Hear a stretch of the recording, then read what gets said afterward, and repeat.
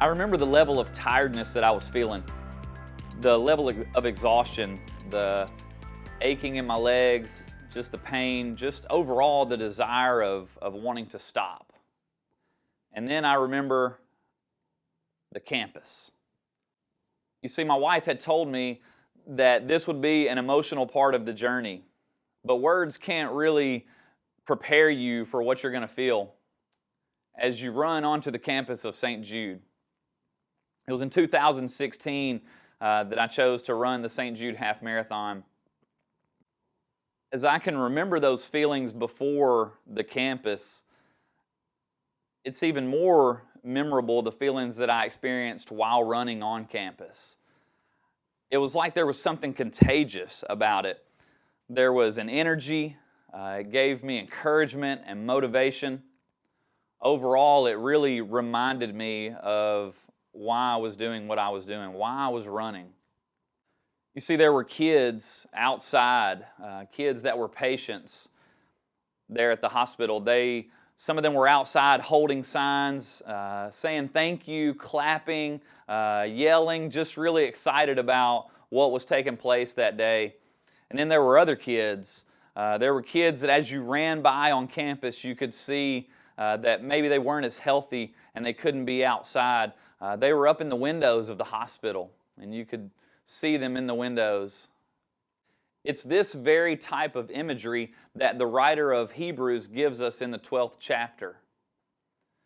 In Hebrews chapter 12 and verse 1, it says, "Let us run with endurance the race that is set before us." But before we dive too deep into that, I want to take a look back real brief at chapter 11. In Hebrews chapter 11, there's a lot of names that are mentioned about their faith and about things they did. A lot of names that you were probably would have been already familiar with from the Old Testament. Some really neat things. I want you to look at this list of names that's mentioned here. Hebrews chapter 11 mentions Abel and Enoch. It mentions Noah. It mentions Abraham and Sarah, Isaac, Jacob, Joseph.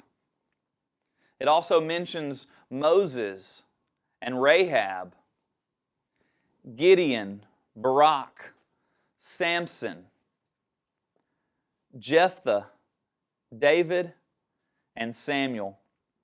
Now I want you to think about those names that we just read through, and I want you to think about, as you heard them, probably little flashes of their lives and those stories that you know from the Bible. They probably came flashing into your mind a little bit. When I say King David or Samson and some of those different things, when I said Abel, maybe his sacrifice and how that was better than Cain's, maybe some of those things started to come back into your mind. In Hebrews chapter 11, beginning in verse 35, the Scriptures say this: "Women received back their dead by resurrection. Some were tortured, refusing to accept release, so that they might rise again to a better life. Others suffered mocking and flogging and even chains and imprisonment.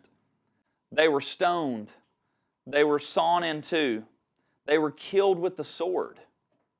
They went about in skins of sheep and goats, destitute, afflicted, and mistreated, of whom the world was not worthy, wandering about in deserts and mountains and in dens and caves of the earth." The overall picture that Hebrews 11 paints about these people at the end here is that they suffered. Now, chapter 12 opens with this word that's therefore. Maybe you think about it like this, and maybe this will help. As you read all those names and hear all those names from chapter 11, you can look and see. All right. You're good. Chapter 12 opens with this word therefore. As you think about chapter 11 and you read all those names and their faithfulness and what they did, it brings into picture this new idea. Now, what about us?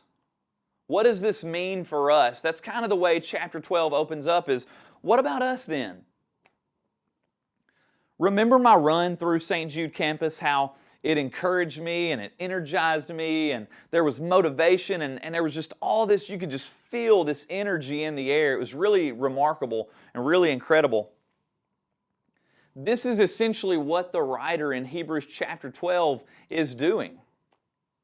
He's saying, hey, look at all these people that have went on before you. All those names that we read, Abel and Enoch, and you got Noah and Abraham and Sarah. You got Jacob and the story of Joseph, which is incredible. You got Moses and David and Samson. You got all these names. He's saying, remember all these people that have went on before you. It's like those people are at the finish line encouraging us on to keep running this race. Maybe you've run into the finish line of a big race before, and most people kind of try to get by the finish line. It's pretty incredible. At St. Jude, the year, at least in 2016 when I ran it, the finish line was inside of AutoZone Park there in Memphis, where the Memphis Redbirds play. And it's a really neat finish as you're coming into that stadium, and there's people there to greet you, and they're encouraging you to finish strong. That's what the writer is doing here for us. He's encouraging us to finish strong. In Hebrews chapter 12, beginning in verse 1, it says, "Therefore, since we are surrounded by so great a cloud of witnesses," the witnesses that it's talking about are all those names that we read back in chapter 11. "Since we're surrounded by so great a cloud of witnesses, let us lay aside every weight and sin which clings so closely, and let us run with endurance the race that is set before us. Looking to Jesus, the founder and perfecter of our faith, who for the joy that was set before Him endured the cross, despising the shame, and is seated at the right hand of the throne of God." I want to encourage you to think about three things from Hebrews chapter 12, verses 1 and 2. The first one is this: we must get rid of any heavy weights that are slowing us down. When you think about St. Jude, and maybe you've run in a cold race before, or just really any kind of race where it's chilly outside, if it's early in the morning, you're probably layering. You're probably putting clothes on that are a little bit warmer on top of maybe a short sleeve shirt, because maybe you expect to warm up as you run naturally. I know in this race particularly, you can see people shedding clothes as they get several miles into it. They're stripping off their shirts, and maybe they got on toboggan, they're taking that off, or things covering their ears or whatever. They're shedding a lot of that stuff and just kind of tossing it off to the side. This is the picture that we want to have when it comes to sin. So I want you right now to think about some of the things in your life that maybe things that are holding you back spiritually, things that are weighing you down spiritually. What are some of those things that you need to get rid of in your life? What are some of those things that you need to take off, that you need to shed and get rid of? This picture of sin that it gives us says that it clings closely to us. As this picture of sin is painted for us, it says that it clings closely to us. Maybe we think about it like this, that sin is something that obstructs, or it's something that can constrict our movement. If we stay with this athletic imagery that's being done here in Hebrews chapter 12, it would be like running a race and somebody putting something in your path, something in your way, maybe a hurdle that you have to jump. Sometimes it can even be our lack of preparation that hinders us from running the race that's set before us. I remember as I ran my first half marathon, I remember as I ran that about mile 2 or 3 or so, I had to call my wife. And I called her and I remember saying, "Katie, I'm hungry. I'm really hungry." See, I had not been in the habit of really running races, and really didn't think a lot about that. And I didn't eat breakfast that morning. I think I'd eaten a banana, but nothing that really was going to sustain me. And I called her, and the course, the way it was laid out, there was no way that she could get to me to share any food with me or give me anything to kind of pep me up or get me going or whatever. And so I remember becoming desperate. and I'm running with someone and I'm going, man, I'm hungry. I don't know that I can last. I don't know that I can do this. Just a few miles in, which is really scary when you're running 13.1. And so when you become desperate, there's no telling what you're going to do. I began to scavenge the ground and look for food, look for something that was at least still wrapped, something, that I could have, something I could eat. And it was incredible. It's like the Lord provided. As I come in, I found some peanut buttery type candies on the ground that were still wrapped. And I grabbed up as many of them as I could get, and I ate them. Later, I would run about 7 or 8 miles before I would have to really stop for the first time, and cramps began to set in. You see, I didn't really train like I probably should have. I had ran and trained to where I could run so many, and then I was kind of hoping and banking on the idea of adrenaline carrying me through so far, and it did, just not as far as I wanted it to do. So again, sometimes it can be our lack of preparation that can hinder us, as the author describes here. The second point that I want you to remember is that this race, this Christian life that we're all running with the same goal in mind, is a long race. Like the half marathon, it's not a 40-yard dash. It's a long race, and we must have patience. I remember another run that I ran years ago in Washington, D.C. It was called the Cherry Blossom 10-miler. And it's an incredible run. The cherry blossoms are all blooming, and it's a beautiful place. And all the monuments, you're running around several of them. It's a really neat thing to do. And I set out with this one goal. That as I had trained, I just said, I want to run all 10 miles without stopping. I just want to keep running. That's what I want to do. And I remember I started out really good, and I started out strong. And I had run about 7 of the 10 miles. And I had noticed as I started with my wife that I had eventually, throughout the first few miles, I had run off and left her.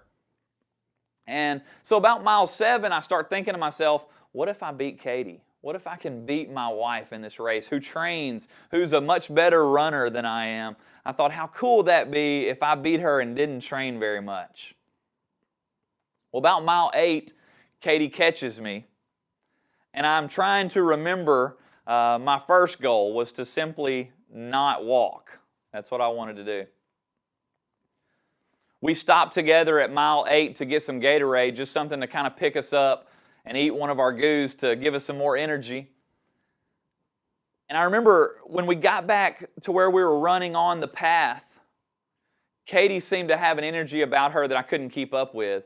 You see, she was more patient than I was. She had started a little bit slower, but knew that this was a long run. Like your Christian life, it's a long run. It's not that 40-yard dash that I can just be faithful for a short period of time. It's being faithful to the end. So you got to have patience to do it. Katie beat me by about 1.5 minutes in that run because I couldn't keep up with her after mile 8. So for the last 2 miles, she dusted me pretty good. The third point that I want you to remember when you think about Hebrews chapter 12 and running this race with endurance that's set before us is that we must keep our eyes on the finish line. Specifically, you must keep your eyes on Jesus. So remember when we reflected back to chapter 11 and it listed all those names that have gone on before us and run the race? Chapter 12 calls them the cloud of witnesses. Since we're surrounded by this incredible, awesome crowd of witnesses or cloud of witnesses, I want you to think about this, that the perfect one that ran this course before us was Jesus. If we keep our eyes on Him, all things will work out. It's important for us to never forget that Jesus has already run this course that we're running now. Earlier in Hebrews chapter 4, it actually says that Jesus is our compassionate high priest who can sympathize with our weaknesses because He was in all ways tempted as we are, and yet without sin. In Hebrews chapter 6, when Chase was doing his video, He talked about Jesus being called our forerunner. He has gone on before us. He's done this already, and He did it perfectly. Keep your eyes on Jesus. It's interesting to think about these races because in most races, there's actually very few people who run. Most people are spectators. They're on the side cheering people on. And in those races, there's nothing wrong with that. But in the Christian race, we can't just simply be spectators. We have to be running. You see, God honors those in chapter 11 because they were actively faithful. God calls us today to be actively faithful. You see, I think about it from like James chapter 2, beginning in verse 17, where he says that faith without works is dead. That we can show people our faith by our works. God calls us today to a race that requires active faithfulness. When you think about the race that is set before you, it's important for you to know that although similar, all of our races are going to be somewhat different too. That in everybody's race, there's going to be different obstacles. There's going to be different sin for you to overcome than there's going to be for me to overcome. Our sin and our temptations may be different, similar but different. But with those different obstacles, it's very, very important for us to remember that with each of our races also comes awesome opportunities. Your race is going to have different obstacles. Your race is also going to provide you with different opportunities. So everybody's race is different. It's important for us to run the race that is set before us. Not set before someone else, before us. You see, when I finish the race, they give out these really cool medals that just kind of remind you throughout the years of your accomplishment and what you did. And I love that on this it says 2016 finisher. I didn't do anything extremely spectacular. I certainly didn't win. But when we finish this race, it's important for us to know that we're going to receive the crown of life. My prayer is that we'll be able to strive to say what Paul said to Timothy in 2 Timothy chapter 4 and verse 7. I have fought the good fight. I have finished the race, and I have kept the faith.